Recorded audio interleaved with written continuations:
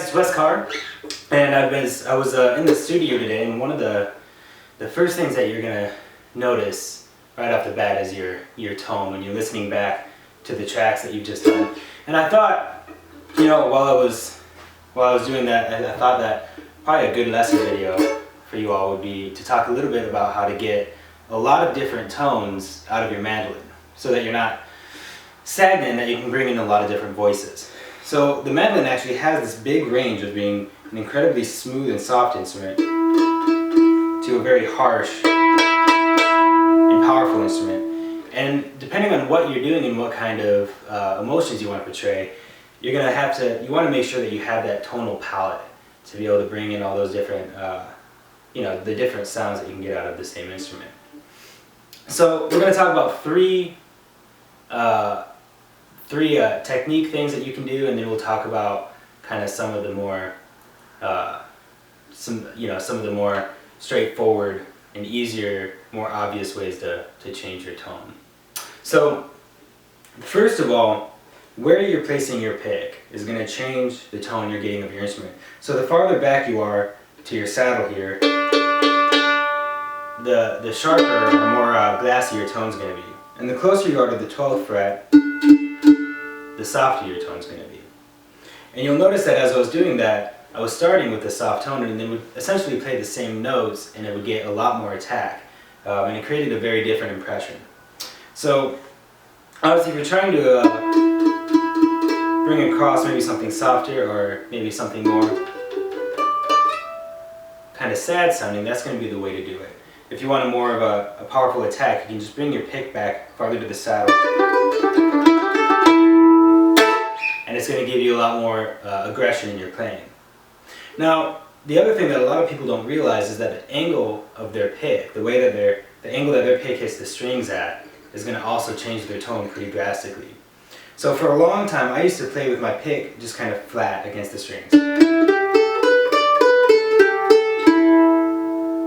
And the more that I've started to kind of play and experiment with tone, the more that I find about a 45-degree angle actually gets a lot better sound, and I'm able to play quicker. So one of the things that you'll notice is that pick noise. That sound of the pick actually hitting the string, that goes away if you can angle your pick a little bit. That's a pretty drastic change. Now, one of the last, I think, most important ways to change your tone is to experiment with where you're placing the notes. So if you saw at the beginning of the song, I'm playing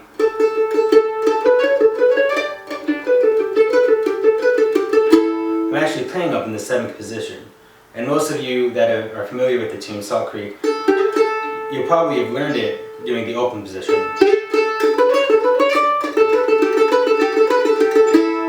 Which is great. I mean, and that open position is really, really good when you're trying to compete with a banjo and really cut through the mix. But if you're able to, or if you're in an opportunity where you're just maybe playing with a guitar player, playing by yourself, having a smoother tone will offer a lot more options.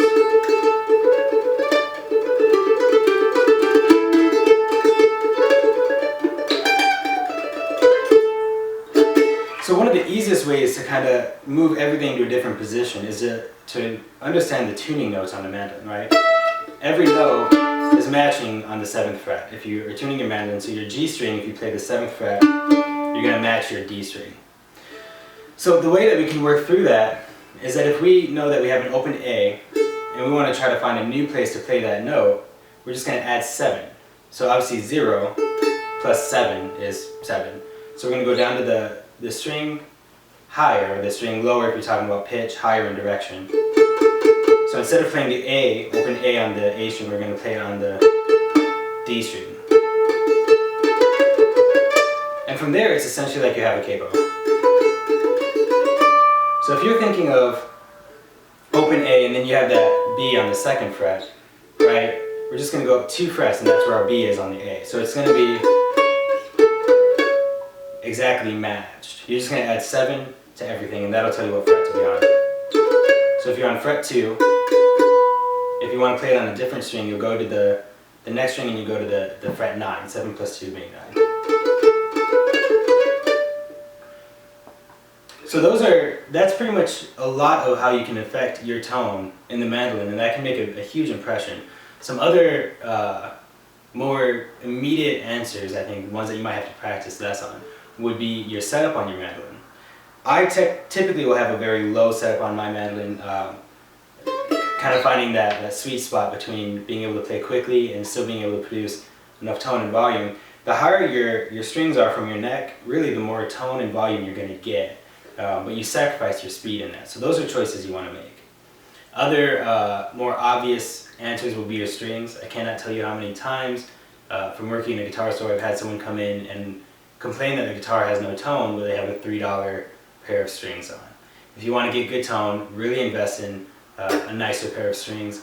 I really like D'Addario, especially their EXP series. Elixir makes great strings. They run about, depending on where you're at, between 12 and 20 bucks. Would definitely worth the investment. Another common way is your pick. I typically use the Blue Chip TPR 50, which is a pretty thick pick for most standards.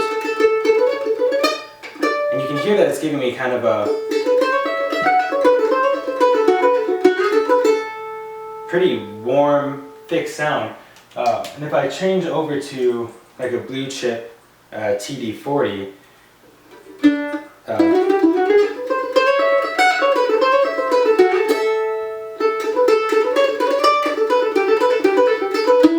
can hear that the sound becomes a little bit brighter.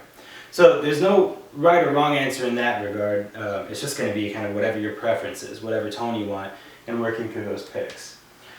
So really improving your tone, some obvious answers, I mean, you can really do just about anything, but what you want to do is take either a standard fiddle tune that you know really well, or just work through a standard scale and take it slow, take it incredibly slow so you can hear the way that your pick's hitting, see if you're getting any string noise. I typically kind of work through just plain scales.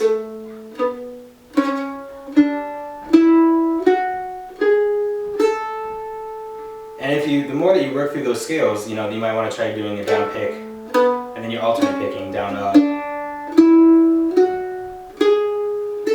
But spend a lot of time focusing on the kind of sound you're getting, both as the pick goes down and the pick goes up. If you focus on speed, you're not going to have enough time to really hear what's going on out of your instrument tonally. So hopefully this lesson helped. Hopefully it gave you some ideas on some ways that you might be able to improve your tone, or some ideas on how you might be able to play the same melody 2 or more times and create a different impression just through your tone. And if this video helped, please subscribe to my page. I have a ton of other lesson videos for mandolin, guitar, and banjo, all on the page. If you have any questions or any ideas maybe of some other things that I might have left out in the video, please leave them in the comments. I'd be happy to hear them. And if you have any questions, I'll get back to you as soon as I can. Please like me on Facebook. It's R. Wesley Carr Music. And then you can follow me on Twitter at RW Carr Bluegrass. So yeah, thanks for watching, and hopefully this helped. Have a good one.